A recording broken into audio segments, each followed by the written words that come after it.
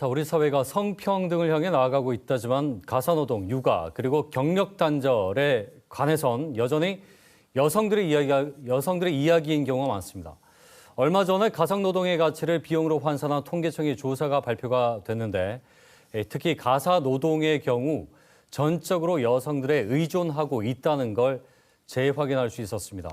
일과 또 가사노동을 병행하고 있는 유지혜 씨와 함께 얘기 나눠보겠습니다. 예, 어서 오십시오. 반갑습니다. 안녕하십니까. 예, 저희가 신뢰를 무릅쓰고 현 상황에 대한 이야기를 좀 더 깊게 하고자 모셨는데 나이가 어떻게 여쭤봐도 되겠습니까? 저는 지금 기사에 나온 것처럼 38에 가까운 지금 37살인 워킹맘입니다. 아, 그렇군요. 그러면은 지금 직장 다니고 계시고 네네. 아이도? 네, 아들만 둘 키우고 있습니다. 아, 그렇군요. 예, 네. 힘든 시기시겠어요.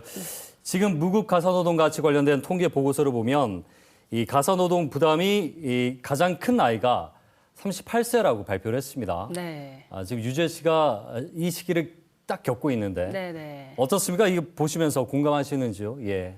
아무래도 가정을 이루고 아이를 낳는 시기가 30대 중후반에 집중되어 있다 보니까 네. 통계상에도 그렇게 반영되어서 나온 것 같습니다. 네, 그리고 아. 사실 직장에서도 제일 일을 중책을 많이 맡게 되는 경우가 많거든요. 그렇죠. 예. 자녀 양육 영향이 아무래도 가장 많을 테고요. 네네.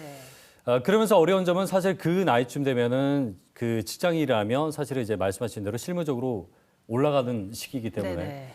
그래서 더 힘든 부분이 많을 것 같습니다. 근데 이 통계에서 재미난 것은 여자만 38세인 것이 아니고요. 네네. 남성도 38세. 네네. 그러니까 이때는 가사노동을 누리는 것보다 직접 더 많이 하고 있다. 이 지점을 이제 흑자라고 표현을 하는데 가장 일을 많이 한다는 지점으로 이해를 하면 되겠거든요. 네네. 그런데 문제는 남자, 여자와 그 흑자 규모 차이가 상당합니다.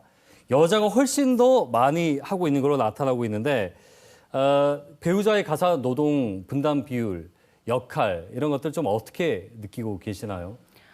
사실 요새는 정부 정책 지원도 좋고 기업들 복지가 많이 좋아져서 네. 젊은 남성들 같은 경우는 육아휴직을 많이 쓰시는 분들도 계신 것 같아요. 그런데 아직 여러 가정들 살펴보면 남편분들이 더 중책을 많이 맡는 경우들이 많고 출장도 작고 직장에서요? 네, 직장에서 예. 그렇습니다. 출장도 많고 또 퇴근 시간도 늦게 끝나는 경우도 있고 네. 또 심한 경우는 맞벌이 부부 같은 경우도 많기 때문에 이제 그런 부분에서 여성들에게 가사노동이 더 집중되는 경향이 있는 것 같습니다. 네. 그렇군요. 그러면 사실은 이것은 남성들이 직장을 예를 들었을 때 상대적으로 중책인 일을 많이 하다 보니 네네. 가정이 소홀할 수밖에 없는 부분을 여자가 채워주고 있다. 네, 맞습니다. 그런 이제 현장에서 체감하시는 건데 네네. 다른 주변 분들도 그렇게 다 느끼시나 어떻습니까? 주변 좀 케이스 바이 케이스이긴 그러니까, 합니다. 예, 네. 예. 그렇지만 이제 또 주말 부부 같은 경우들 보면 남성들이 육아를 같이 병행하시면서 직장을 가시는 경우는 진짜 거의 없거든요. 예, 대부분 다 주말 부부를 하시면 엄마가 다 아이들을 케어하는 쪽이 많기 때문에 네. 그런 부분을 보더라도 여성 쪽의 책임이 더 많이 주어지지 않았나 싶습니다. 직장에서의 부분이 하나의 이유일 수는 있지만 네. 또 그것을 배제하고 남성들의 그 가사노동 기여도를 보면 27%입니다. 조금 전에 제가 말씀드린 이 남녀의 이 가사노동에 있어서 흑자, 그러니까 일을 얼마나 더 하느냐 그 부분인데 이 차이가 나는 것, 남성들의 기여도가 낮다면 이게 통념상의 문제가 될 수도 있고요. 여러 가지 이유가 있을 수 있습니다. 어떻게 좀 보고 계시는지요? 저는 제가 생각하기에는 전통적인 성역할에 대한 고정관념이 큰 이유를 차지하고 있다고 생각합니다. 네. 가사노동에 요새 적극적이신 남성분들도 꽤 많으신데 얘기를 들어보면 아내의 일을 도와준다고 표현하시는 경우가 많거든요. 도와준다. 네. 그런데 가사노동이라는 것은 부부 중 한 사람이 다른 한 사람을 도와준다는 개념보다는 부부가 합심해서 같이 해야 되는 일임에도 불구하고 많이 해주시는 분들도 그렇게 말씀을 많이 하십니다. 그렇군요. 네. 이거는 사실은 그 우리나라에서 그렇죠. 네. 기본적인 것은 여성이 이 가사노동을 하는 것이고 네. 남자는 어시스트, 그러니까 보조자의 역할 개념에서 나온 단어가 사실은 이제 도움이란 표현 네. 아니겠습니까? 그렇군요. 통계청 조사 보면은 내가 필요한 것보다 가사노동을 더 많이 해야 하는 시점이요. 남성은 47세입니다. 그리고 여성은 무려 84세입니다. 그러니까 남자는 47세 이후부터 이 가사 노동이 줄어든다라고 보시면 되는 것이고 여성은 84세까지 줄지 않다는 얘기거든요. 여성의 경우 평생 가사 노동에서 벗어나지 못한다라는 얘기로 해석이 됩니다. 이 통계에 따르면 어떻게 좀 이해를 해야 될까요? 네, 저도 그 기사를 보고 지금도 이렇게 하고 있는데 노년이 되어서까지 계속 해야 된다고 생각을 하니까 좀 걱정도 되고 네네. 아찔하기도 했습니다.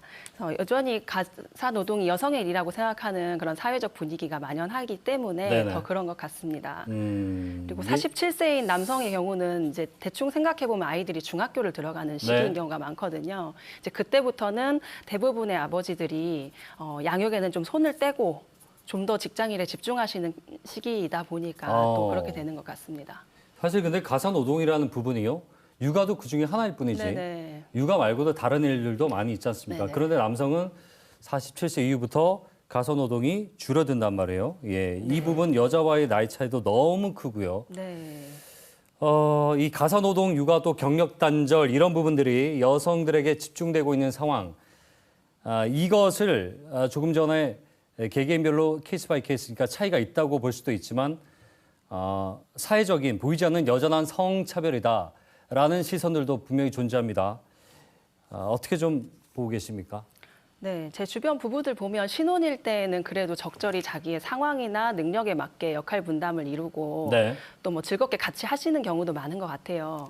근데 이제 아이를 낳게 되면서부터 문제가 좀 시작이 되는데 네네. 이제 아이를 잘 키우려다 보면 육아휴직을 할 수밖에 없고, 근데 육아휴직은 상대적으로 좀 벌이가 더 적은 쪽이나 아니면 좀 사회적으로 중책을 맡을 필요가 없는 좀 시선에서 자유로운 쪽에서 하게 되다 보니까 그 역할들을 여성이 맡는 경우들이 많은 것 같습니다. 그렇군요. 그런 부분에서 생각하면 성차별이라는 시각도 맞는 것 같습니다. 어느 정도는 아직까지 네. 그런 것이 실제 가사 노동 분담에 있어서 영향을 주고 네네. 그런 통념 때문에 그렇게 한다라는 말씀이신 네네. 건데 지금 이 조사 결과 보면요 남성들도 주변에 그런 얘기 하시죠. 신랑들이 나는 아닌데 나도 많이 도와주는데 네네. 같이 하고 있는데라고 얘기하고 있지만 수치상으로 나타난 건 지금 전혀 아닙니다. 지금 이런 통계 자료들이 이 가사 노동에 있어서 하나의 전환점, 좀 남성들이 좀 더 자각할 수 있는 계기, 전환점이 될 수 있다고 좀 보시는지요? 어떻습니까? 네, 말씀하신 것처럼 사실 많은 부분들을 지금 같이 하시는 남성분들도 분명히 많이 계십니다. 네. 네, 이런 기사나 이런 방송을 계기로 부부간에 서로 많은 대화를 하시면서 네. 가사 노동도 사실 적성이라는 게 있거든요. 각자 잘하는 부분, 좀 더 덜 스트레스 받는 부분들을 나눠서 하신 수 있는 좋은 대화를 나누시는 계기가 되었으면 좋겠습니다. 그 사실 이제 유재 씨 저희가 모시면서 실제 이 사회 이야기를 좀 듣고 싶었거든요. 네네. 많이 역할 분담이 되고 있다고는 하지만 주변에서 들었을 때 개인적인 소위를 말씀하셔도 됩니다. 남자들이 이전과 아버지 세대와 비교했을 때 많이 가사 노동에 참여한다고 좀 체감하시는지요? 사실 제 어린 시절을 떠올리면 저는 이제 할머니랑 같이 살았는데 일단 아버지는 주방에 출입 자체가 불가능했고요. 네. 근데 그런 환경 속에서 살았었는데 지금은 저희 남편도 그렇고 굉장히 많이 적극적으로 하는 편입니다. 그렇군요.